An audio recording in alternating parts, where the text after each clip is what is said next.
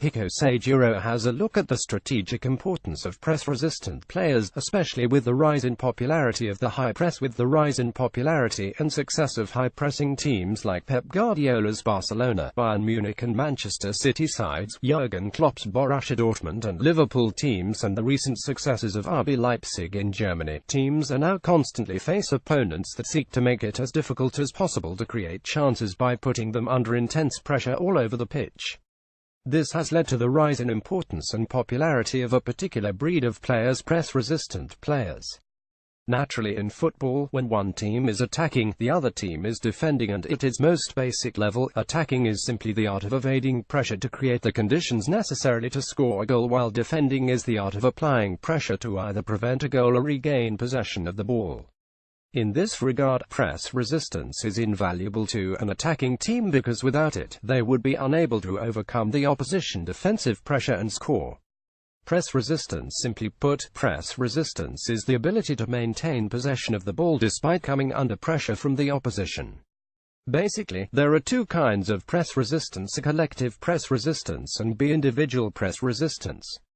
Collective press resistance is usually dependent on the team's structure when in possession, which makes it difficult for the opposition to press effectively. See how well Kevin De Bruyne is connected to his teammates, such that even if Pogba tries to press, he would be unable to recover the ball for his team. However, for the purposes of this article, we'll be focusing on the latter kind of press resistance and the importance of such players to the teams. Qualities of press-resistant players in football. There are several different kinds of players, even among those that play in the same position. In the same way, there are several different qualities that might make a player press-resistant, some of which include excellent close control, dribbling in tight spaces. In fact, even being physically imposing like Ibrahimovic or Lukaku can serve as a characteristic that makes a player press-resistant. This is because long balls, which are usually used to escape pressure, can also be used to attract pressure. This is due to the nature of the long ball, which takes a longer time to reach its target and therefore invites the opposition to pressure the receiver. However, if the player is able to hold on to the ball, then he can lay it off to an oncoming who would be relatively free from opposition pressure. As this quote by Pep Guardiola shows, he knows what he's doing, both with the head and feet. One of his best virtues is his link-up play. He knows he isn't just there for crosses into the box. He knows how to keep the play flowing. He gets the ball 1,000 times in the air and always keeps it. It seems simple, but few strikers can know how to do it. There are strikers who don't link up with others, and there are strikers that think their game is different to others, but then you'll have a stretch team. England has Crouch, Pep Guardiola on Peter Crouch. However, the one quality inherent in all truly press-resistant players, apart from technical excellence of course, is awareness. An awareness of the surroundings at all times that enables them to make the best possible decisions for their teams. Whether it be passing to a more open teammate or dribbling out of pressure. The strategic importance of press-resistant players, as earlier stated, the goal of any attacking team is to overcome the opposition's defensive pressure to score. Therefore, it is in regard to a team's attacking play that press-resistant players are most important. Build-up. This is especially true to teams that seek to build the play from the back instead of simply launching it into the opposition half. They need press-resistant players in order to cleanly bypass the opposition's pressure. Playing better is not about reaching the opponent's goal faster, it is arriving there with better conditions. Xabi Alonso. In order to arrive at the opposition's goal with better conditions, as Alonso says, it is expedient to break through the opposition's press cleanly, and that is where players like Sergio Busquets, Jorginho and Moussa Dembele are so important for the teams, in the first phase of build-up. This is because this is the most dangerous stage in the build-up due to the fact that any turnover in possession will most likely prove to be fatal. The sequence below shows this at work in Barcelona's game against Athletic Club Bilbao in the 20,152,016 season. In the first image we see Busquets receiving the ball from Ter Stegen as he is pressed from behind by the Bilbao player. See how precarious the situation is, as all immediate passing lanes are covered by Bilbao's man-oriented press. If he loses the ball here, then Barcelona would be in serious trouble, as they lack the numbers to defend against an attack starting so close to their own box. In the second image we see that due to the individual press resistance of Busquets, Barcelona have broken the Bilbao high press.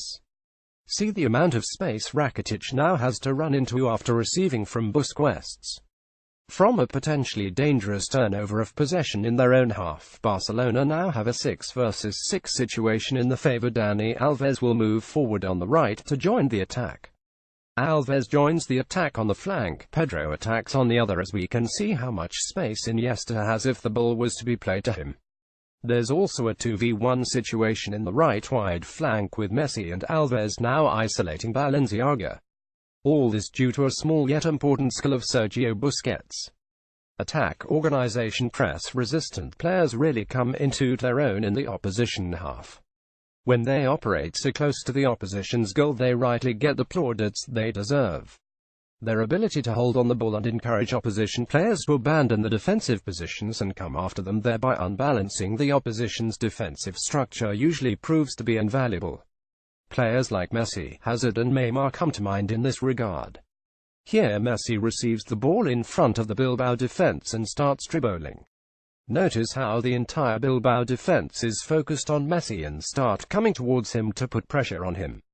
See how Messi's dribbling has unbalanced Bilbao's defensive structure, forcing the center open for a midfield runner to exploit. The last two images show Messi still holding on to the ball, and he now has the full attention of all the Bilbao defenders. This allows Busquets to run into space unmarked and square for Pedro to score. Transition. Due to the rise of counter-pressing as a tactic used by the elite teams in football, it is increasingly important for teams to have players that can weather the counter-pressing storm that usually comes in the moments after the turnover of possession. Without such players, a team could find themselves pinned in their own half, unable to break out and construct attacks of any real quality with any regularity. Conclusion. In conclusion, press-resistant players have usually been the underrated geniuses behind the successes of the respective clubs, and without them the teams would not function half as well. An increased understanding of the worth has seen a stock rise in the transfer market, with Neymar becoming the world's most expensive player and the astronomical sums being asked for players like Verratti and Coutinho.